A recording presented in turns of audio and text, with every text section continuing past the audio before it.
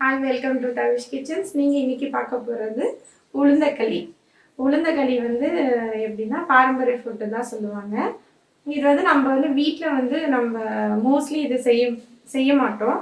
இது வந்து நம்ம அடிக்கடிக்கு நம்ம செய்யலைன்னா கூட வீக்லி ஒன்ஸ் கொஞ்சம் செஞ்சால் கண்டிப்பாக ஹெல்த்தி ஃபுட்டாகவே இருக்கும்.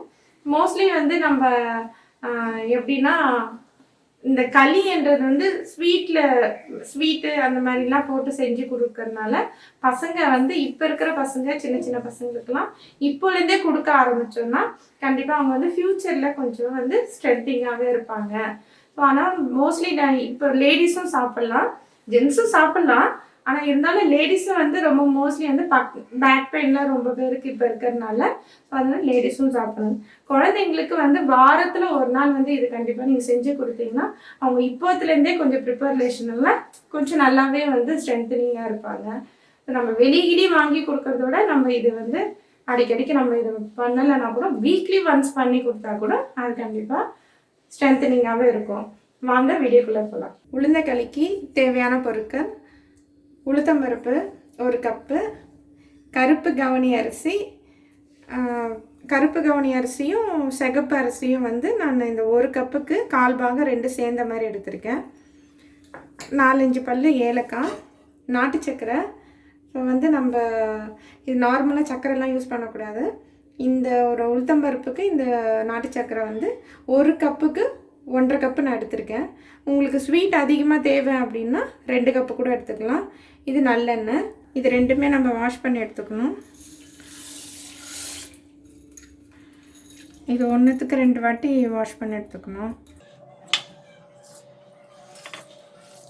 இதில் மேலே இருக்க டஸ்டெல்லாம் வரும். ஸோ இதெல்லாம் நம்ம கொஞ்சம் நல்லா 2-3 வாட்டி வாஷ் பண்ணிவிட்டு இது நல்லா ஃபில்ட்ரு பண்ணிக்கணும்.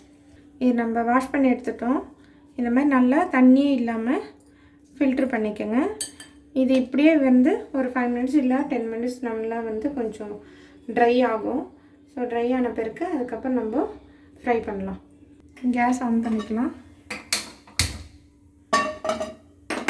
இதை நம்ம ஃபில்ட்ரு பண்ணி வச்சுருக்கோம்ல, இது ஆயிலெல்லாம் போட வேண்டாம், அப்படியே தான் நம்ம ஃப்ரை பண்ணணும்.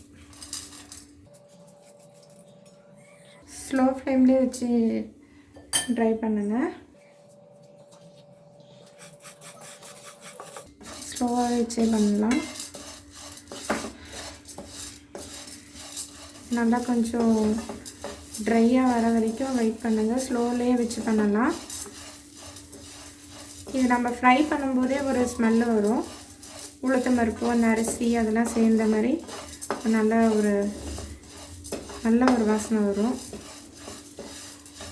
நீங்கள் இது வீட்டில் கண்டிப்பாக ட்ரை பண்ணி பாருங்கள்.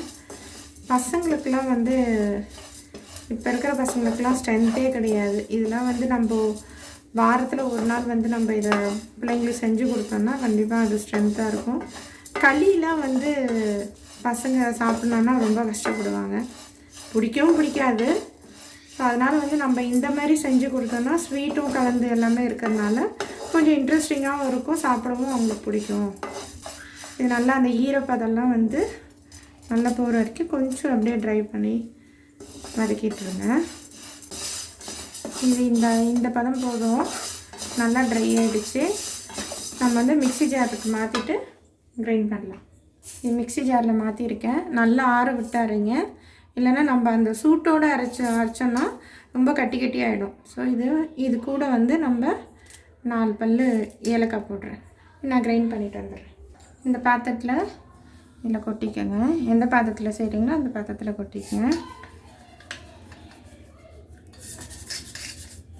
இதை கேஸ்லாம் ஒன்றும் நான் ஆன் பண்ணலை, ஆஃப் பண்ணி தான் இருக்கேன். கேஸ் ஆன் பண்ணிவிட்டு நம்ம கலர்னோன்னா இந்த தண்ணி ஊற்றோன்னா கட்டி ஆகிடும். இல்லை, நான் 1 கப்பு உளுந்துக்கு 3 கப்பு தண்ணி எடுத்திருக்கேன். இதுதான் மெஷர்மெண்ட்டு.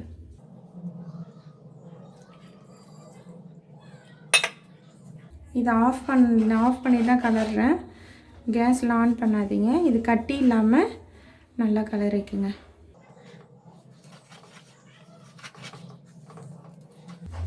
இது எல்லாமே 4 பக்கமாக கட்டி இல்லாமல் கலரிக்குங்க.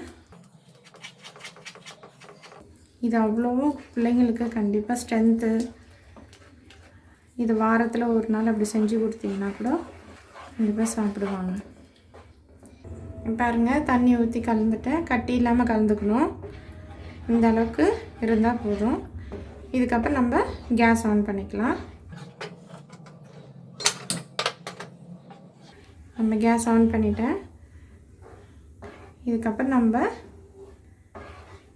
கொஞ்சம் கட்டி ஆகிற வரைக்கும் நல்லா கலரி விட்டுட்டே இருக்கணும். கொஞ்சம் ஹீட் ஆக ஆக கட்டி கட்டியாக ஆகும்.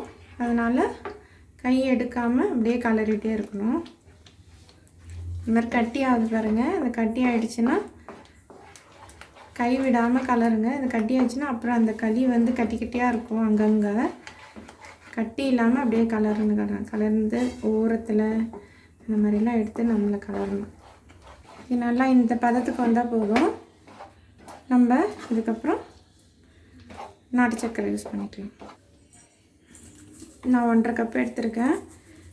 உங்களுக்கு ஸ்வீட் அதிகமாக வேணும்னா 2 கப்பு கூட எடுத்துக்கோங்க. உளுத்தம்பருப்பு எந்த கப்பில் நம்ம எடுத்துருக்கோமோ அந்த கப்புலேயே வந்து தான் சுகர் எடுத்துக்கணும்.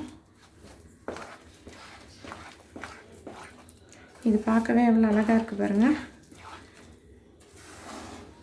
இது நல்லா கட்டி பதத்துக்கு வரணும். நல்லா ஓரத்துலலாம் இருந்து அப்படியே ஃபுல்லாக கலரிட்டே இருங்க. உருண்டு திரண்டு வரணும். பாருங்கள், உருண்டு திரண்டு வரணும். நல்லா கார்னர்லேருந்து நல்லா கலரி விடுங்க. இந்த அல்வா பக்கத்தில் இல்லைன்னா கூட இந்த களி பக்குவத்தில் வந்திருக்கு. இது வந்து போதுமான அளவு தான். இதுவும் இன்னும் ஒரு 5 நிமிஷம் இருந்தால் போதும். இந்த மாவுலாம் நல்லா வெந்திருக்கு. இது போதுமான அளவு. நம்ம இதுக்கப்புறம் நல்லெண்ணெய் ஊற்றிக்கலாம். நல்லெண்ணெய் தான் யூஸ் பண்ணணும், வேறு எந்த எண்ணெயும் யூஸ் பண்ணாதீங்க.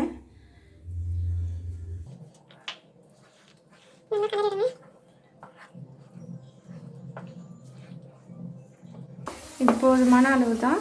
இந்த அளவு வந்தால் போதும். இது கரெக்டான பதம் வந்திருக்கு. இப்போ நம்ம கேஸ் ஆஃப் பண்ணிடலாம். இது வேறு பவுலுக்கு சர்வ் பண்ணிடலாம். இங்கே பாருங்கள், இது வந்து நம்ம கட் பண்ணி காமிக்கிறேன்.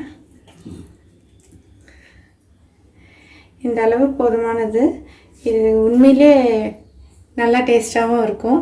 இதை நீங்கள் ட்ரை பண்ணி பாருங்கள், கண்டிப்பாக உங்களுக்கு பிடிக்கும். குழந்தைங்களுக்கும் ரொம்ப ரொம்ப பிடிக்கும். ஸோ என்னோடய வீடியோ வந்து உங்களுக்கு பிடிச்சிருந்துச்சின்னா சப்ஸ்கிரைப் பண்ணுங்கள், பெல் ஐக்கான் கிளிக் பண்ணுங்கள்.